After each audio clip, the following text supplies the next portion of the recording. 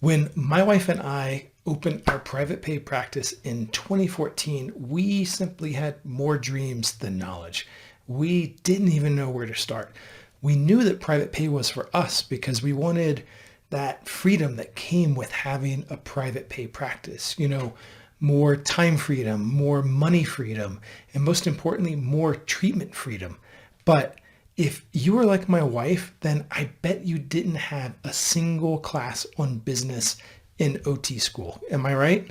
So I'm Doug Vestal, and I help OTs just like you start and grow thriving private pay practices. And I make these videos based on what we've learned owning our own private pay practice so that you can have the success you want faster. Okay, so let's get back to the mistakes. So we made a huge number of mistakes along the way. And since we've been coaching other OTs on how to start their own private pay practice, we have really encountered that many OTs, they want to start their own business, but they are afraid to start. They are afraid to make a mistake. You can have this huge passion, but then it's really easy to get a deer in the headlights look, when it actually comes time to take that leap and start your own OT private pay practice. So here are the top 3 mistakes we made when we opened our private pay practice. And mistake number 1 was not being intentional about our marketing. So, in the beginning, we were primarily focused on marketing to doctors.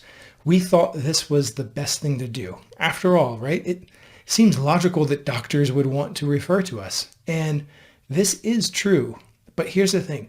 Not all doctors and their practices are the same. So we encountered doctors who were more set up like a factory. And so when we would approach them, we would often hear from the receptionists that the only way to get in front of the doctor was to buy the entire office lunch. So seriously, a doctor making 6 figures wanted someone to buy him a sandwich just to talk to him. And at first we were quite surprised, but thought that, maybe we just didn't know any better. So we did do a few of these, and it was completely underwhelming. We would spend like $200 on buying a lunch for the entire office, and you'd get like maybe 5 minutes with the doctor who was completely stressed and just half paying attention. It was really a complete waste of time, money, and energy. And over time, we came to realize that there really needed to be a synergy with how the doctor ran their practice and the ethos for how we ran our practice. And if this synergy wasn't there, if there wasn't an overlap in this ethos, then they just weren't going to be a good referral source. And so over time, we started to become a lot more discerning on how we did our marketing. And that made all the difference in the world.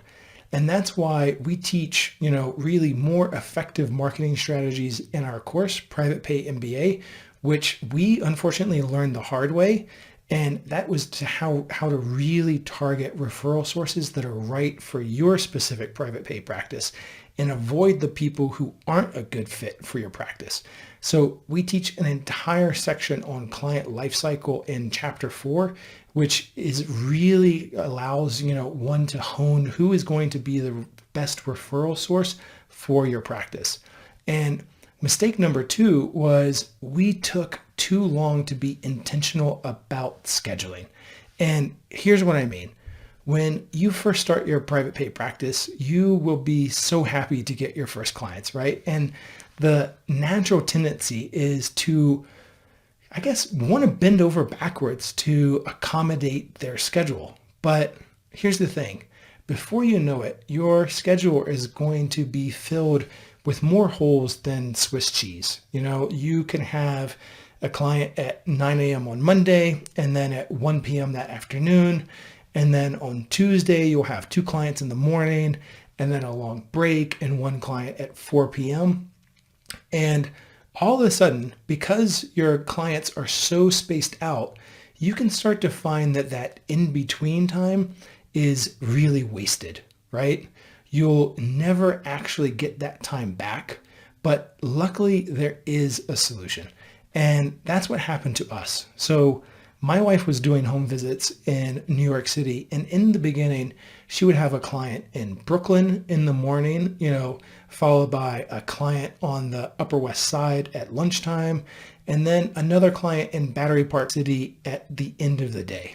And if you know really anything about New York City, these places are not actually close to one another. And so she would be running herself ragged, getting from one appointment to the next appointment. And this commute time, she would never get it back. And it was completely unproductive, right? She would have just 3 or 4 clients, but no time to work on the other stuff that's important in the business. And I find this is true of my mentoring students as well. Even if they don't have a mobile practice, right? They will let clients dictate the time to be seen rather than what works best for them. And on one hand, I totally get it. In the beginning, as you build up your reputation, it is easy to have this desire to be very accommodating. But what you'll find is that that time in between clients isn't actually productive time. And so what we always recommend is to pack your clients in. Start by offering just one day and fill your schedule and put the appointments back to back. Okay. So if you're going to see, 3 clients in a day, it is better that they are all in the morning so you can see your clients, be done with that mentally, and then move on. Leave that client energy behind and step into the other types of tasks you need to do in the afternoon. And this is, that's much better than trying to do marketing or something else during a 90-minute break you have in between clients. So you'll get, a lot more done as you'll be able to focus and do that deep work without being interrupted. So eventually for us, what we did was we started offering appointments only in certain neighborhoods and on certain days of the week. And here's the thing, clients totally understood this, right?